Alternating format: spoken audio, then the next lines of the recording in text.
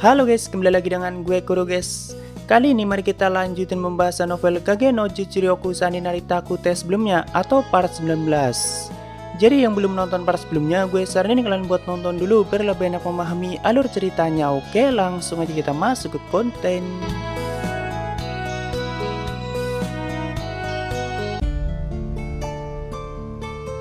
Sebelumnya Chit menghabiskan malam indahnya bersama Beta, walaupun ya mereka berdua cuma minum dan memandangi bulan yang sangat indah.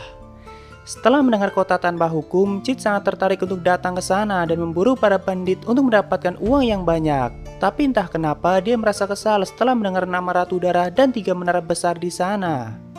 Pastinya dia sangat ingin terlibat dengan permasalahan di kota tanpa hukum, tapi Chit ingin membuat alur yang tidak biasa di mana nantinya di akhir seru akan menyelamatkan sang Ratu Darah. Karena itu kelihatan sangat keren dan juga menarik. Dan saat ini kan hampir semua negara tetangga sedang mengincar dan berusaha mengalahkan Queen of Blood. Semua kesatria tingkat atas akan diberi imbalan yang sangat banyak jika mereka berhasil membawa kepala sang Ratu Darah ataupun mengalahkan para bawahannya. Tentu banyak yang tertarik untuk pergi ke kota tanpa hukum dan menjalankan misi itu. Jadi kita menuju ke sana guys, tepatnya ke posisi Goldie dan Quinton yang sudah sampai di kota tanpa hukum. Mereka berdua juga sedang mengincar kepala Ratu Darah, walaupun mereka tidak tahu bahaya seperti apa yang akan mereka hadapi. Entah bagaimana setelah festival Busin berakhir, Goldie dan Quinton menjadi lebih akrab, mungkin karena dikalahkan oleh musuh yang sama, yaitu Gemina. Saat itu, Quinton menyaksikan suasana di kota tanpa hukum yang sangat berbeda dengan kota-kota lainnya. Banyak pemukiman kumuh dan bau sampah di mana-mana dan juga banyak orang tinggal di jalanan, tapi sepertinya kebanyakan dari mereka bukan orang baik atau orang-orang buangan. Ya, sepertinya kota itu penuh dengan kejahatan dan itu sudah menjadi hal yang biasa. Tapi yang paling menonjol di kota itu adalah adanya 3 menara yang sangat besar dan masing-masing punya warna yang berbeda, yaitu hitam, putih, dan merah darah. Pastinya sang Ratu Vampir tinggal di menara yang berwarna merah darah, seperti warna bulan yang malam itu Quinton lihat. Dan mereka berdua sedang menuju dan mencoba masuk ke menara milik sang Ratu Vampir.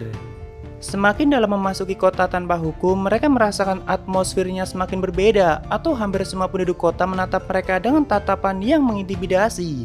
Apalagi setelah masuk ke wilayah kekuasaan Ratu Vampir, jelas semua penduduk di kota itu kebanyakan adalah orang-orang kuat, tapi Goldie dan Quinton masih percaya diri untuk melawan Ratu Vampir. Saat itu mereka sudah sampai di depan pintu masuk menara Crimson atau yang punya Ratu Vampir dan ternyata ukurannya sangat besar. Namun saat mereka berdua hendak memasukinya, tiba-tiba ada seseorang yang memperingatkan mereka kalau yang boleh masuk ke menara itu hanyalah para pelayan, tamu, dan satu lagi orang kuat. Tapi baginya Goldie dan Quinton tidak memenuhi syarat itu atau bukan orang yang kuat. Orang yang mengatakan itu adalah pria dengan jubah kumuh dan penampilannya yang sangat kotor dan juga kurus. Tapi pria itulah sang penjaga gerbang. Awalnya mereka berdua tidak menyadarinya karena pakaian pria itu seperti kain kotor yang cuma tergeletak di tanah. Tapi ternyata setelah berdiri, pria itu sangat tinggi dengan leher yang terikat dengan rantai. Mendengar peringatannya, Goldie dan Quinton merasa pantas untuk masuk ke menara karena mereka berdua merasa kuat. Tapi sang penjaga malah tertawa terbahak-bahak sambil menunjukkan satu lengannya yang sudah terpotong akibat kebodohannya sendiri. Tentu Quinton bertanya, apa maksudmu dan apanya yang lucu? Dia tertawa karena ada orang yang jauh lebih bodoh dari dirinya. Jadi dulunya sang penjaga itu seperti Goldie dan Quinton dengan percaya diri masuk ke menara dan menantang sang Ratu Darah, tapi malah dikalahkan dengan telak dan bahkan berakhir menjadi anjing penjaga gerbang selama hidupnya.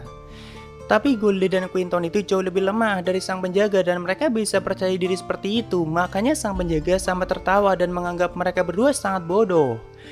Akhirnya di sini tidak ada pilihan lain bagi Goldie dan Quinton untuk membuktikan kekuatannya dan mengalahkan sang penjaga. Tapi begitu Quinton baru saja akan melakukan serangan, tiba-tiba pedangnya sudah dipatahkan dalam sekejap. Lalu senjata sang penjaga dengan cepat sudah merobek perutnya. Di sini sang penjaga sempat mengenalkan julukannya, yaitu kesatria yang dikenal sebagai White Demon. Tapi saat itu Goldie masih belum ingat siapa itu White Demon. Dan dia masih akan menyerang dengan teknik terkuatnya, apalagi setelah melihat temannya yaitu Quinton dilukai seperti itu. Walaupun sang penjaga bilang tidak sampai membunuhnya, jadi jangan khawatir.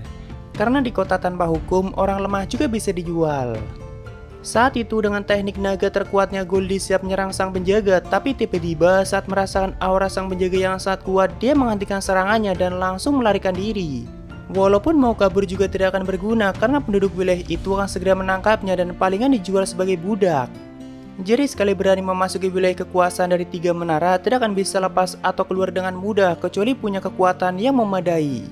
Itu adalah kota di mana yang kuat akan melahap yang lebih lemah dan pihak luar tidak akan bisa ikut campur dalam hal apapun. Lalu kita kembali ke tempat Cid, guys. Setelah berhari-hari, akhirnya liburan musim gugur telah dimulai dan saatnya bagi Cid bersama kakaknya melakukan perburuan vampir di kota tanpa hukum, atau lebih tepatnya memburu sang ratu. Walaupun dia jelas tujuan Cid pastinya sangat tidak biasa.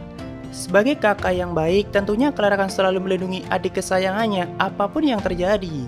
Sehingga cerita saat itu mereka berdua sampai di kota tanpa hukum dan kesan pertama yang mereka lihat tidak jauh beda dengan apa yang dilihat oleh Quinton. Walaupun Clara tidak sebodoh Quinton ataupun Goldie, sedangkan Cid yang melihat 3 menara besar di kota itu berpikir ingin merobohkan ketiganya sekaligus. Saat itu tempat yang pertama Clara datangi adalah guild kesatria sihir di kota itu. Karena pastinya dia butuh informasi yang banyak mengenai musuhnya dan tidak asal bertindak atau langsung menyerang sarang musuh.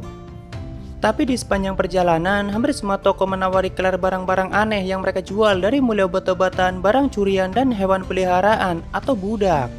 Cara mereka menawarkan juga sangat memaksa walaupun tidak sampai menyerang. Saat itu ada yang menawarkan budak pada Claire dan kata dia budak itu cukup kuat dan bisa digunakan untuk apapun, bahkan mereka belum lama mendapatkannya. Tentu itu adalah pemandangan yang baru bagi Claire dan dia yang penasaran dengan perut sang budak yang terluka parah menanyakannya. Lalu sang penjual dengan murah senyum mengatakan mungkin perutnya terluka saat sedang diangkut ke sini. Sedangkan budak yang satunya yang ditawarkan juga mengalami luka di bagian wajah. Cid yang melihat kedua budak itu merasa tidak asing dengan wajah mereka dan pernah melihatnya di suatu tempat. Ya tentu saja mereka adalah Goldie dan Quinton yang sudah tidak berdaya, guys. Sebenarnya ini adalah momen yang cukup ngakak karena Claire yang polos terus bertanya kenapa budak itu terluka parah dan kenapa kau menganggapnya seperti hewan peliharaan.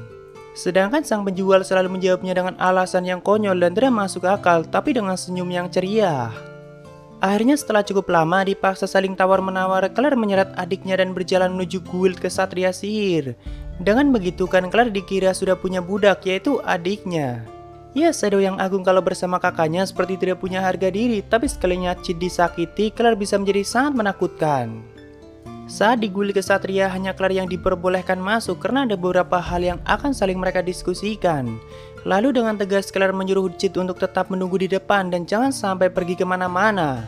Tapi tentunya setelah Claire masuk, Cid segera keluar untuk menikmati suasana di kota tanpa hukum. Awalnya Cid mulai berjalan di kota sambil menunjukkan celah di sekitar saku dompetnya dan itu akan memancing para pencuri untuk mengambilnya. Tapi di saat dompetnya diambil, Cid dengan cepat langsung mengambil balik sekaligus mengambil uang dari sang pencuri tanpa mereka sadari. Jadi intinya dia sengaja dicopet untuk mencopet balik dan dengan begitu dia mendapatkan uang yang banyak hasil curian dari orang jahat. Dia cuma butuh alasan jika kau mencuri uangku maka akan kucuri balik, tapi padahal dia sendiri memang sengaja memancing mereka. Bisa mendapatkan uang sebanyak itu hanya dengan berjalan-jalan bagi Cid kota itu sangat menyenangkan. Tak lama kemudian dia melihat 3 orang yang sedang melampiaskan kemarahannya pada satu makhluk Ghoul. Jadi Ghoul itu dipukuli sampai berdarah-darah karena mereka tahu Ghoul tidak akan mati semudah itu dan bisa digunakan untuk pelampiasan orang-orang keji seperti mereka. Sepertinya makhluk Ghoul memang sudah biasa di kota tanpa hukum walaupun tetap saja mereka sangat berbahaya apalagi di malam bulan merah legendaris. Setelah melihat situasi bagaimana kota tanpa hukum berjalan, Cid menemukan peran yang cocok di tengah situasi itu yaitu menjadi pemuda misterius. Dengan sekejap dia langsung merubah ekspresi dan posenya seperti halnya pemuda misterius yang dia bayangkan. Sambil melihat 3 pria yang sedang melampiaskan kemarahannya pada makhluk Ghoul yang malang. Jadi posenya nyender ke tembok gitu guys, dan pastinya bagi dia itu udah sangat misterius banget. Setelah cukup lama memukuli Ghoul, ketiga pria itu mulai kelelahan dan akhirnya meninggalkannya dengan luka yang sangat parah. Tapi ternyata Ghoul itu seperti dibangkitkan kembali dengan tubuh yang berwarna merah. Dia dengan ganas mulai menyerang ketiga pria tadi dan tentunya mereka tidak sanggup untuk melawan balik. Satu persatu mereka dibunuh dan dimakan oleh sang Ghoul dan itu sempat menimbulkan kepanikan di tengah kota. Dan di tengah kepanikan itu, Cid masih konsisten dengan pose misteriusnya sambil sesekali mengeluarkan tawanya. Bahkan di saat Ghoul mulai melihatnya dan berniat menyerang, Cid masih berpikir apakah tetap menjadi pemuda misterius atau mending kabur dan menjadi karakter cupu seperti biasa. Jujur di momen ini gue ngakak parah pas bacanya sih. Namun tiba-tiba dia merasakan kehadiran lain yang mulai mendekat dan ternyata seorang pendekar pedang wanita dengan anggun membantai sang gol dan juga membelah tubuhnya. Bagi Cid, wanita itu cukup keren. Apalagi setelah membantai sang gol, wanita itu menyuruh Cid untuk pergi menjauh karena sebentar lagi pembantaian akan segera dimulai. Bulan sudah mulai merah dan dia mengatakan sudah tidak ada waktu lagi. Cid yang terpesona sampai menanyakan kau siapa. Wanita itu bilang, aku adalah Mary, pemburu vampir tertua dan orang yang akan memburu sang ratu darah. Setelah itu dia langsung pergi dari tempat itu. Sedangkan Cid yang mendengar semua kata-kata Mary merasa sangat bergetar dan menemukan ide yang lebih menarik, guys. Malam di kota tanpa hukum adalah jam-jam paling sensual di kota itu. Banyak rumah-rumah bordil dan terlihat banyak onisan cantik berjalan dengan menggunakan busana yang sangat seksi. Mereka selalu menggoda para pria yang melewati tempat itu. Namun tiba-tiba muncul satu gol merah yang langsung menimbulkan kepanikan dan otomatis semua wanita cantik dengan panik berusaha menyelamatkan diri. Di saat itulah Cid yang sudah berubah menjadi Shadow tiba-tiba muncul dan tanpa basa-basi langsung membelah gol menjadi dua. Wanita cantik yang tadi hampir diserang tentunya sangat lega dan menatap Shadow yang baru saja menyelamatkannya. Lalu sambil melihat bulan, Shadow mengatakan jika kau tidak ingin mati segera pergi dari tempat ini. Karena pembantaian akan segera dimulai. Bulan merah akan segera tiba dan sudah tidak ada waktu lagi. Yaitu kata yang sama yang tadi diucapkan oleh Mary dan Shadow hanya menirunya karena bagi dia itu keren parah. Dan momennya juga sangat pas. Wanita yang bekerja di rumah bordil itu bernama Mariette, tapi bukan Mary yang tadi, guys. Biar nggak bingung kita panggil Maria aja. Saat itu Maria bertanya, kau siapa? Lalu Cid menjawab, aku adalah Shadow, orang yang berburu dalam bayang-bayang dan bersembunyi dalam bayangan. Setelah mengatakan itu, Shadow langsung menghilang, padahal Maria masih belum sempat untuk mengucapkan terima kasih. Tak lama kemudian, satu teman Maria datang menghampirinya, tapi Maria bilang, aku baik-baik saja karena Shadow telah menyelamatkanku. Satu teman Maria itu cukup mengetahui rumor tentang Shadow walaupun baru kali itu Maria mendengar namanya. Temannya menceritakan Shadow sangat terkenal dan dia adalah pemimpin dari suatu organisasi, tapi rumornya dia pernah menyerang suatu akademi dan bahkan melenyapkan tempat suci. Intinya mereka adalah organisasi yang bertindak sesuai dengan keinginan mereka sendiri dan mungkin saat ini Shadow bersekutu dengan Ratu Darah untuk memulai perang besar. Begitulah yang teman Maria katakan, tapi Maria tidak setuju kalau Shadow dianggap jahat karena entah kenapa Maria merasa Shadow adalah orang yang baik. Apalagi dia mengatakan hal-hal seperti bulan merah dan memperingatkan untuk lari menjauh. Pokoknya apapun yang orang bilang, Maria merasa Shadow sedang berusaha melindungi semua orang di kota itu. Dengan pelan Maria mengucapkan banyak terima kasih yang tadi belum sempat dia katakan. Lalu kita kembali ke tempat Claire, guys, yang saat itu sudah keluar dari guild tapi tidak menemukan adiknya dimanapun. Tentu dia sangat panik dan menanyakannya ke semua orang, bahkan di saat ada yang bercanda mengatakan mungkin saja adikmu sudah dijual sebagai budak. Claire langsung mengajar orang itu dengan sangat menakutkan. Setelah itu Claire yang panik bertanya pada semua orang yang dia temui dan menjelaskan ciri-ciri adiknya. Tentunya tidak semua orang yang dia tanya ramah dan terkadang ada yang tiba-tiba menyerangnya, tapi Claire bisa dengan mudah mengatasi mereka. Sampai akhirnya dia menemukan Gol yang sedang memakan bocah dengan rambut hitam dan itu sangat mirip dengan Cid dari potongan rambutnya karena wajah dan tubuhnya sudah hancur. Claire yang diliputi amarah langsung membantai Gol itu lalu menangis dan menyesali semua perbuatannya yang gagal untuk melindungi adik kesayangannya. Sebenarnya di sini Claire masih belum yakin apakah itu memang adiknya, tapi karena panik dan khawatir dia jadi terbawa suasana. Tak lama kemudian tiba-tiba seorang wanita menghampirinya dan bertanya, apakah kau yang sedang mencari pria muda dengan rambut hitam? Sontak Claire langsung mengiyakannya dan bertanya balik, apakah kau melihatnya di suatu tempat? Wanita itu adalah Mary dan mereka berdua saling mengenalkan diri satu sama lain. Mary menjelaskan dirinya sempat melihat dua orang dengan ciri-ciri yang mirip. Pertama adalah saat Mary membantai Gol sebelumnya dan dia mengatakan apa adanya pada Claire, guys. Di mana saat itu pria muda dengan rambut hitam sedang bersandar ke dinding sambil tertawa melihat kepanikan warga yang sedang diserang oleh makhluk Gol. Tentu Claire langsung mengatakan jelas itu bukan adikku dan dia tidak akan tertawa aneh seperti itu melihat kepanikan. Sedangkan yang satunya Mary bilang akan dijadikan pengorbanan untuk kebangkitan sang Ratu Darah dan mungkin dia sudah dibawa ke Manara Crimson atau yang berwarna merah tua. Kalau yang itu Claire yakin adalah adiknya, tapi dia masih belum memahami apa yang Mary maksud dan kenapa Cid dibawa ke Manara. Tadinya Mary bilang berniat menolongnya, tapi ternyata tidak sempat dan pastinya dia masih hidup karena akan dijadikan korban di saat bulan merah tiba. Di sini Claire meminta Mary untuk menjelaskannya secara detail, bahkan Claire akan melakukan apapun asalkan bisa menyelamatkan adiknya.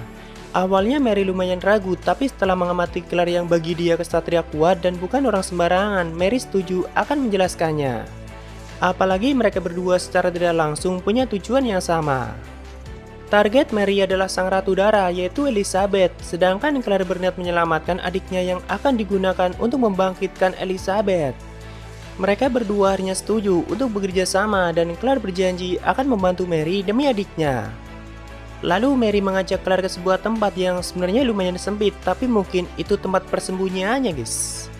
Di situ Mary menjelaskan banyak hal mengenai sejarah vampir bulan merah dan kebangkitan Elizabeth.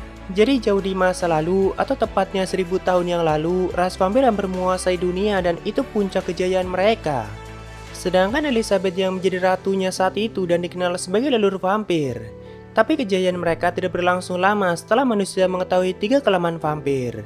Pertama, vampir bisa dibunuh dan tidak akan bisa beregenerasi jika ditusuk jantungnya. Kedua, mereka akan menjadi sangat lemah jika tidak meminum darah manusia untuk waktu yang lama. Dan ketiga, vampir akan langsung menjadi abu jika terkena sinar matahari, bahkan untuk vampir yang sangat kuat sekalipun akan menjadi sangat lemah.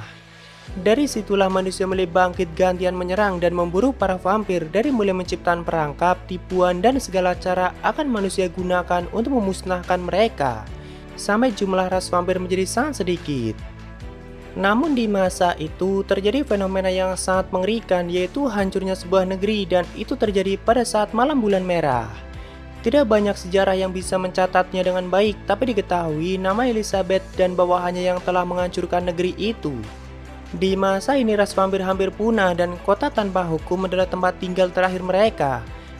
Entah kenapa Mary kelihatan seperti orang yang sedang merasakan masa lalu saat menceritakan semua kisah itu, guys. Sebenarnya asosiasi kesatria sihir juga tidak pernah melihat vampir secara langsung dan mereka hanya tahu dari buku-buku sejarah. Karena puncak kejayaan vampir itu terjadi 1000 tahun yang lalu. Kata Mary, saat ini Elizabeth sedang mengalami tidur panjang dan bawahannya yang bernama Crimson lah yang dari dulu memerintah dari menaranya. Nah, saat bulan merah tiba, Crimson berniat membangunkan Elizabeth dan itu butuh darah segar dari pria muda yang punya banyak sihir. Walaupun malam itu sudah menjadi bulan merah, tapi kata Mary, Crimson akan menunggu sampai bulan menjadi sangat merah, jadi pastinya masih banyak waktu untuk menyelamatkan adik Claire. Karena bulan merah akan terjadi 3 hari 3 malam tanpa henti atau tidak akan ada siang selama 3 hari 3 malam. Tapi Claire tidak akan bisa tenang dan akhirnya dengan kesepakatan bersama mereka berdua akan menyusup ke menara lewat jalur bawah yang sudah Mary ketahui. Karena sangat berbahaya lewat jalur depan, apalagi para bawahan vampir akan bertambah sangat kuat di saat bulan merah. Di saat mulai menyusup, Mary mendengar bisikan yaitu Elizabeth sama sudah waktunya untuk bangun. Lalu kita kembali ke tempat Chit yang saat itu sudah kembali ke guild tapi tidak menemukan kakaknya dimanapun, guys. Chit berpikir mungkin Claire sedang jalan-jalan di kota, jadi Chit memutuskan untuk tidur di guild sambil menunggunya kembali. Nantinya di saat dia bangun, pastinya akan sangat heran kenapa malamnya tidak kunjung berakhir, tapi kita lanjutkan di part selanjutnya, guys. Oke, waktunya Saberia. Ada dari Nico, gue suka banget pembahasannya, mulai dari Kumoko sampai Shadow Garden, semangat terus bikinnya bang. Oke pasti dan semangat juga buat kalian, thank you Nico, udah selalu ngikutin. Lalu dari S, tidak ada pesan. Ya gue cuma bisa ngucapin makasih banyak S. Lalu dari Jasrin, semangat bahas select novel Kage no Chichiryoku-nya. Sama-sama dan semangat juga buat kalian, thank you Jasrin. Oke, itu semua dari Saberia, makasih yang udah donasi dan mungkin segitu aja untuk pembahasan kali ini. Jika ada kesalahan gue minta maaf atau kalian bisa koreksi aja di bawah. Thank you udah mampir, sampai ketemu di video lainnya. Salam guru guys.